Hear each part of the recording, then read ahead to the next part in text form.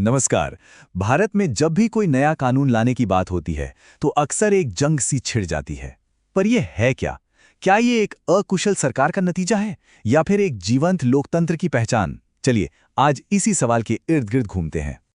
अब जब कोई सरकार एक नया कानून लाना चाहती है तो आगे होता क्या है? सुनने में तो ये बड़ा सीधा साधा लगता है ना? सरकार एक बिल लाती है, संसद में उस पर बहस होती है और वो या तो पास हो जाता है या फिर फेल। सिंपल।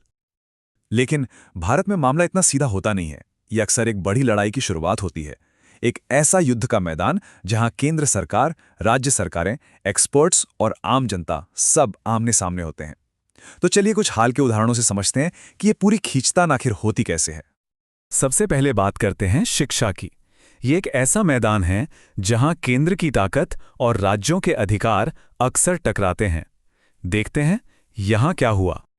अब इसे समझने के लिए संविधान की समवर्ती सूची को जानना जरूरी है। शिक्षा इसी लिस्ट में आती है। इसका सीधा सा मतलब ये है कि इस पर केंद्र और राज्य दोनों कानून बना सकते हैं और बस यहीं से टकराव की जमीन तैयार हो जाती है।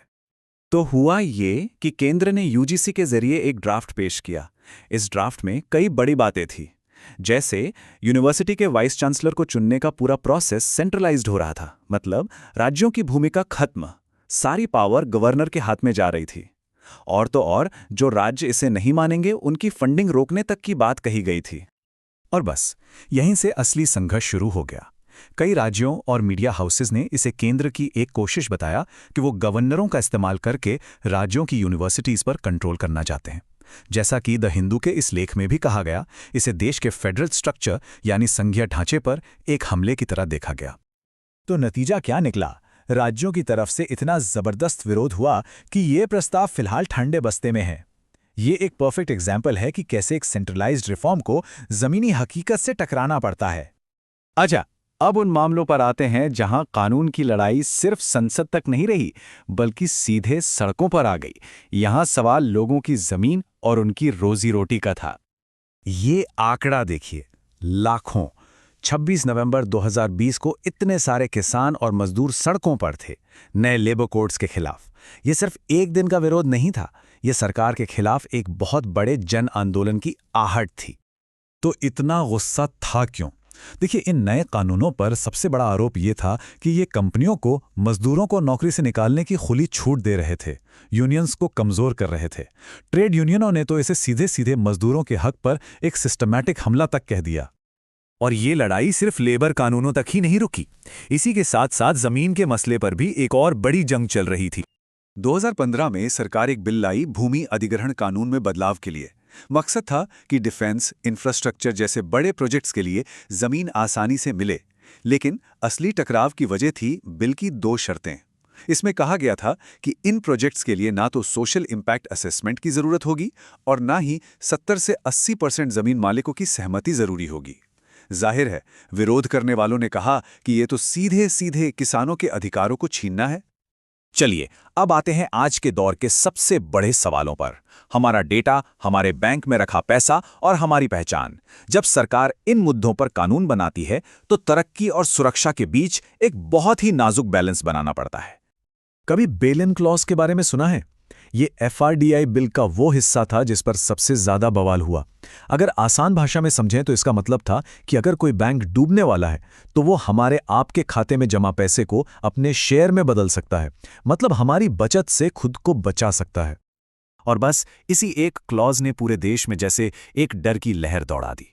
लोगों को ये चिंता सताने लगी कि उनकी जिंदगी भर की कमाई बैंकों की गलतियों की भेंट चढ़ जाएगी। ये डर इतना बड़ा था कि सरकार पर जबरदस्त दबाव बना। और नतीजा, पब्लिक प्रेशर के आगे सरकार को झुकना पड़ा और ये बिल पूरी तरह वापस ले लिया गया। ये दिखाता है कि जब कोई पॉलिसी आम आदमी की जेब पर सीधा असर डालती है तो उसका रिएक्शन कितना तेज हो सकता है। ऐसा ही एक और पेचीदा मामला है डीएनए टेक्नोलॉजी बिल का। देखिए, एक तरफ तो इसके फायदे साफ दिखते हैं, अपराधियों को पकड़ना, गुमशुदा लोगों को ढूंढना, लेकिन दूसरी तरफ कुछ बहुत गंभीर सवाल भी हैं। क्या ये हमारी प्राइवेसी के अधिकार के खिलाफ है? क्या इसका गलत इस्तेमाल हो सकता है? और सबसे बड़ी चिंता ये थी कि इसमें सिर्फ मुजरिमों का नहीं बल्कि शक के दायरे में आए लोगों का भी डीएनए डेटाबेस बनाने की बात थी। तो इस बिल का क्या हुआ? ये लोकसभा से तो पास हो गया, लेकिन प्राइवेसी और मिसयूज को लेकर जो सवाल उठे उनकी वजह से इसे एक पार्लियामेंट्री कमेटी के पास भेज दिया गया। यानी एक और बड़े कानून पर फिलहाल के लिए ब्रेक लग गया। तो हमने शिक्षा, जमीन, श्रम, पैसा और डेटा, इन सब से जुड़े कानूनों को देखा। इन सब में एक चीज कॉमन थी, टकराव। तो चलिए अपने सबसे पहले सवाल पर वापस लौटते हैं। इस सारे टकराव का आखिर मतलब क्या है? अब तक हमने जो भी देखा उसमें एक पैटर्न साफ नजर आता है। सरकार एक बड़ा, दूर तक असर डालने वाला सुधार लाती है, फिर समाज के अलग अलग हिस्सों से, चाहे वो राज्य हो, यूनियन हो, एक्सपर्ट्स हों या आम जनता, जोरदार विरोध होता है और आखिर में वो कानून या तो वापस हो जाता है या समीक्षा के लिए अटक जाता है या फिर हमेशा के लिए विवादों में घिर जाता है।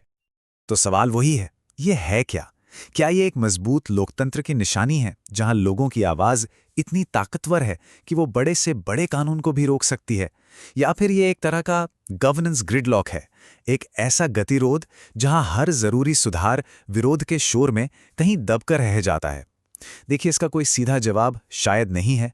हर कानून का रुकना या वापस होना एक नज़र से लोकतंत्र की जीत है, तो दूसरी नज़र से शायद प्रगति की हार।